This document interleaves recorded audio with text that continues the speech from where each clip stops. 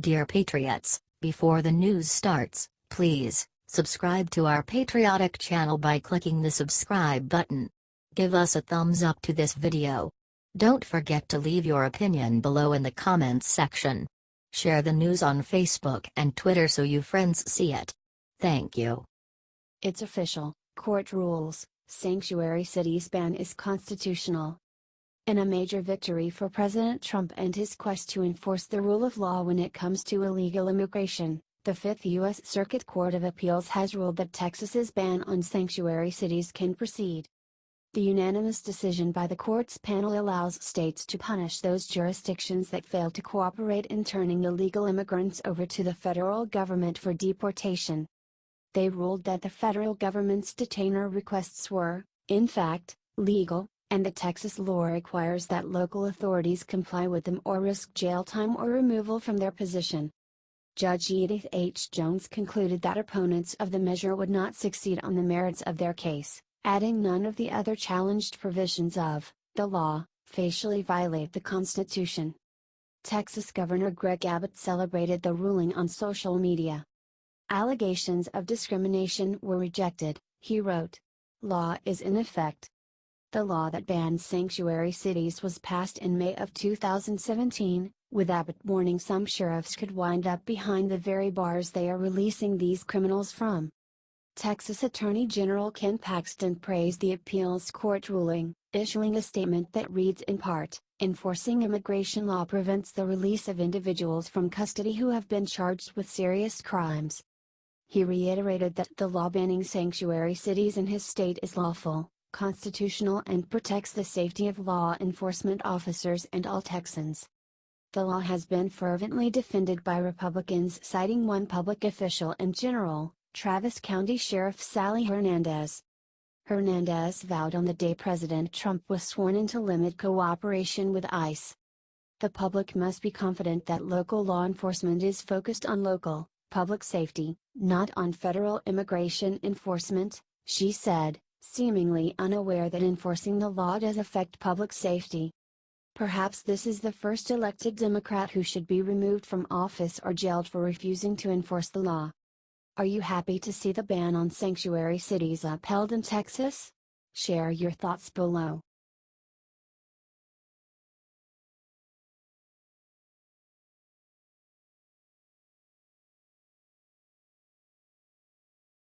FBI continues to skirt court order to turn over McCabe communications.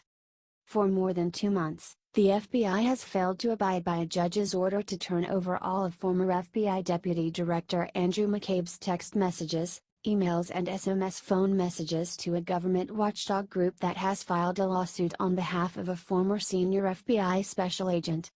The communications in question are related to McCabe's wife's unsuccessful run for Virginia State Senate and might also contain invaluable information on McCabe's role in the Bureau's investigation into Hillary Clinton's private email server used to send classified information, several former FBI sources and a government official told this reporter. In January, Judicial Watch, a formidable conservative watchdog group based in Washington, D.C., filed a lawsuit against the FBI for the communications on behalf of retired FBI Supervisory Special Agent Jeff Danek. Danek spent more than 28 years with the Bureau as a supervisor in the Counterterrorism Division and Special Overseas Advisor. Danek filed his original Freedom of Information Act, FOIA, request in October 2016 for McCabe's communications. After Danek filed his original FOIA, the FBI responded on November 8 and 9, 2016 denying his request. Danek appealed to the Justice Department and in June of 2017 the DOJ wrote that the FBI should search for and turn over any pertinent documents. The FBI still refused to turn over the documents and in January he filed a joint lawsuit with Judicial Watch for the documents. "They have not produced not one text of McCabe, not one," said Danek, referencing the Bureau. "The government is out of control and it's astonishing. Do you know what would happen if the government subpoenaed you for information and you didn't produce records that you had in your possession? You'd go to jail for contempt." FBI officials could not be reached immediately for comment. "It's been months and the FBI continues to stonewall," said Danek. The DOJ's Inspector General Michael Horowitz is expected to produce a report before the end of the month on the Bureau's handling of the Clinton investigation, and according to IG's mandate, McCabe is a significant part of that probe.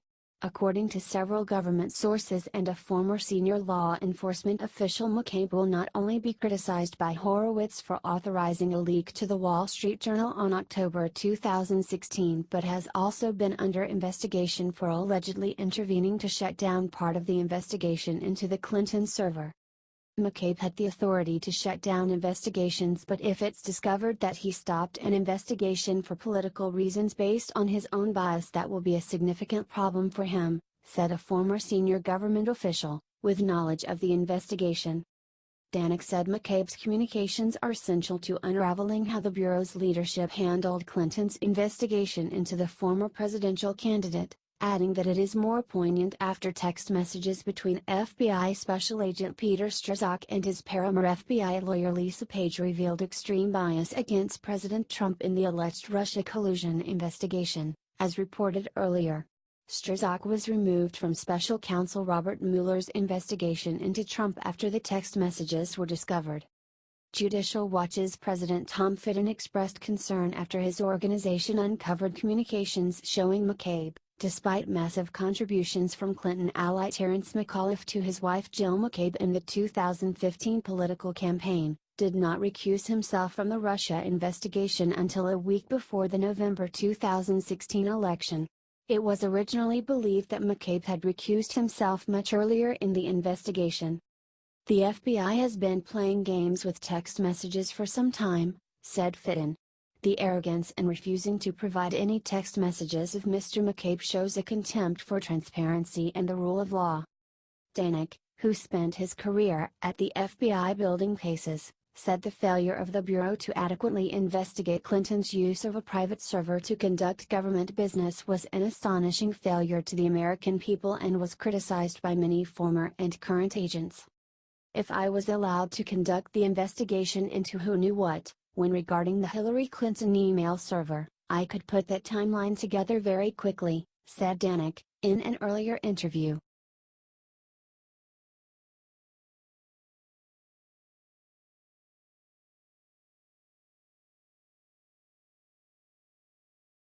Watch, Comey, Clapper and Brennan are operatives of the deep state.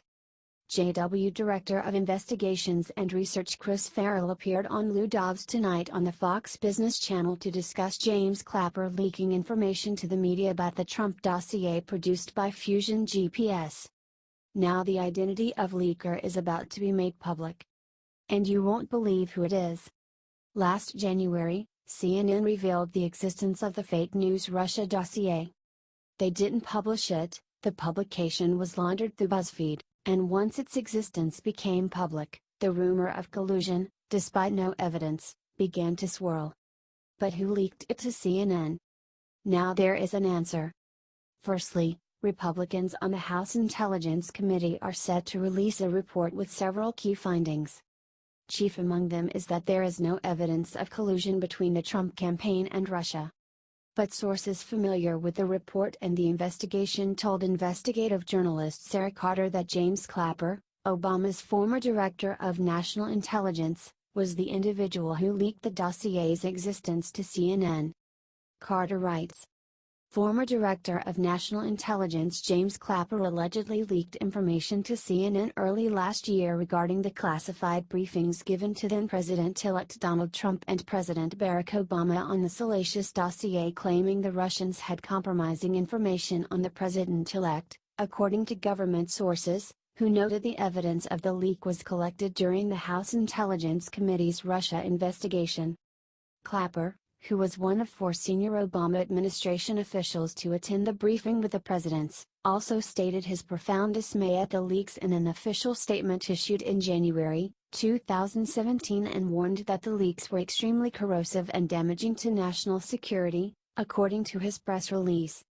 But according to government sources, Clapper, who is not mentioned in the report released Monday, had spoken to CNN at roughly the same time Jake Tapper broke the first story regarding the briefings conducted by senior intelligence officials with Trump and Obama on the dossier. Tapper's story, which published in January 2017, created a snowball effect of allegations in the media that Trump's campaign had allegedly colluded with the Russians in the 2016 election and that Russia had compromising material on Trump, sources with knowledge of the investigation concluded. Clapper was one of 4 senior Obama administration officials to brief Obama and Trump on the dossier in December 2016. FBI Director James Comey, former CIA Director John Brennan and National Security Administration Director Mike Rogers were also present at the December briefings. But it was when CNN published the first report that Trump and Obama had been briefed the dossier's findings that other news agencies began to report on it. The committee found evidence that Clapper, who is now a contributor at CNN, contacted CNN shortly before the story was published by Tapper, Evan Perez, and Jumsey Utto. The story detailed the briefings given to Trump by the senior officials on the contents of the dossier and gave the dossier legs, and news agencies began to publish its contents because it had now become official news, one congressional source told this reporter. Shortly after CNN published the report, BuzzFeed made the decision to post the entire 35-page dossier and referenced the CNN report in its decision to publish it, according to the website. On January 11, Clapper issued a press release stating that the leaks in the media regarding the briefing on the dossier were extremely corrosive and damaging to national security. This is the second time Clapper was caught misleading the public. In 2013, he falsely testified before Congress that there was no domestic spying program. Edward Snowden's disclosures proved that was false.